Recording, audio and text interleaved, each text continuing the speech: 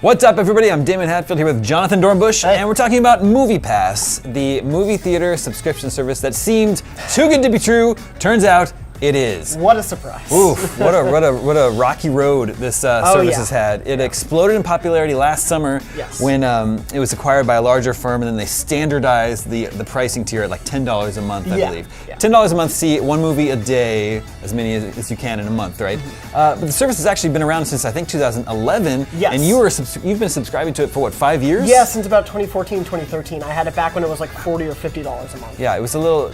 They were sort of slowly building over time. Yes, yeah. But did you enjoy the service back then? Yeah, even back then, I lived in New York City where it was very easy and I had great access to theaters. So back then, it was even worth it at that $40 price because 3 movie tickets in and I'm good for a month. But last summer, it exploded when they standardized the price at $10 a month. Yeah. And then it just sort of like blew up. As of February, I think last summer they had 500,000 subscribers. As of February this year, they had 2 million users. Yes, yeah. It's even cheaper than $10 a month if you were paying annually. I think it worked out to $7 a month. Yeah, it was like an $87 or $89 So it's a ridiculous deal. It's amazing. You'd be paying $7 a month to see as many movies as you can in a month. Yeah. One a day. Call it 30 movies a month. It's insane. Here in San Francisco, movies cost $15. I realize we're one of the more expensive markets, but I don't know anywhere in the country you can see a new movie for $7 anymore. Yeah, I think average ticket price is like $8.50 or so now. So it's like if we were subscribing annually, I'm paying $7 a month, but I can go see a movie every day. MoviePass pays the movie theater $15 every time I go. Every ticket. Up to what, $450 a month if I saw a movie every day. So it's like does not compute. So originally they had built it as the idea that they were lowering this price, one, to bring in so many subscribers because that would look good to the movie theaters because then they would have people buying concessions and everything. Obviously there was some turmoil with AMC at the time. Yeah. But their other thought, like their stated intent was, we'll have data we can give to movie chains and movie production studios. Valuable data that they can sell. Exactly. But apparently that's not working out. Yes. Because pretty much ever since earlier this year, it's just been nonstop bad news for MoviePass. We keep hearing about them hemorrhaging money. Yeah. They're not making any money. They haven't been profitable. They had to introduce surge pricing during peak times.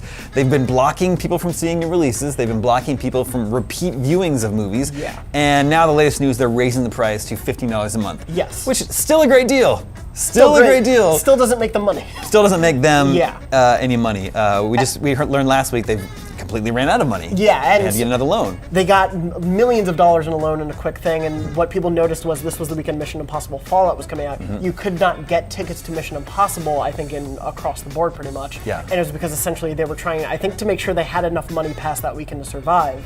And part of the new announcements that they've made in addition to that $15 price point is that you can't see blockbuster movies for their first 2 weeks of release. So if you want to see the biggest movies, if you want to see Avengers 4 next year, if it's still around next year, you can't do that for the first 2 weeks of release.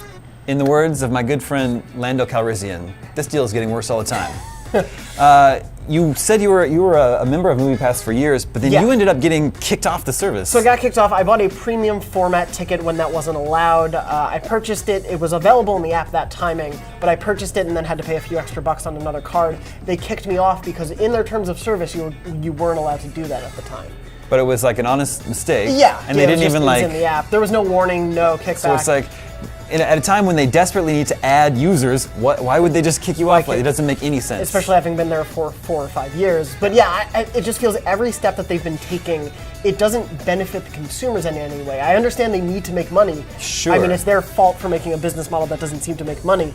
But like, I understand that need, but everything they've introduced is not a benefit to the consumer. It doesn't make MoviePass more appealable if I wanted to jump back on or if I wanted someone who was interested in a service like this. I'm not inclined to tell them to go get MoviePass, go get AMC A-List or go get the Cinemark thing. Yeah. That's what I was going to say. Credit where credit's due. MoviePass has been very disruptive. Yes. I think it has been getting people out to the movie theaters more often, which is a good thing. And it sort of forced AMC's hand to introduce its own subscription service. Yes. But I'm sure AMC knows, they look at their numbers, they're going to work out a plan that makes sense for them. Yeah. Well, they make their money on concessions. That's their biggest money maker. And so I now subscribe to A-List because it seems like such a great deal. I couldn't pass that up, and I needed something after MoviePass didn't work out. But yeah, like you said, it's hard to deny that MoviePass has been so transformative for the movie industry right now at a time where movie theater attendance has been dying. I think it's a fascinating point in this industry. Yeah, I don't think MoviePass is long for this world. No, I don't. But I do think the subscription model for even movies will work. You know, we're seeing subscription models everywhere with Netflix, Hulu, HBO Now, in music, Spotify, Amazon Music, or Apple Music, and then of course even video games. We're hearing about the next generation of consoles could just be a streaming, streaming services Game Pass there. Now So and everything like that. I think MoviePass was maybe just a little bit ahead of its time, and it just. They didn't quite figure out a business model that worked. Yeah, was sustainable. It was great to use while it was around. It of course still is around, but I agree, I don't know how much longer. Viewers, let us know if you're subscribers of MoviePass or if you're planning on canceling your subscription, how you feel about the service right now. And as soon as that final death toll for MoviePass sounds, we will let you know all about it right here at IGN.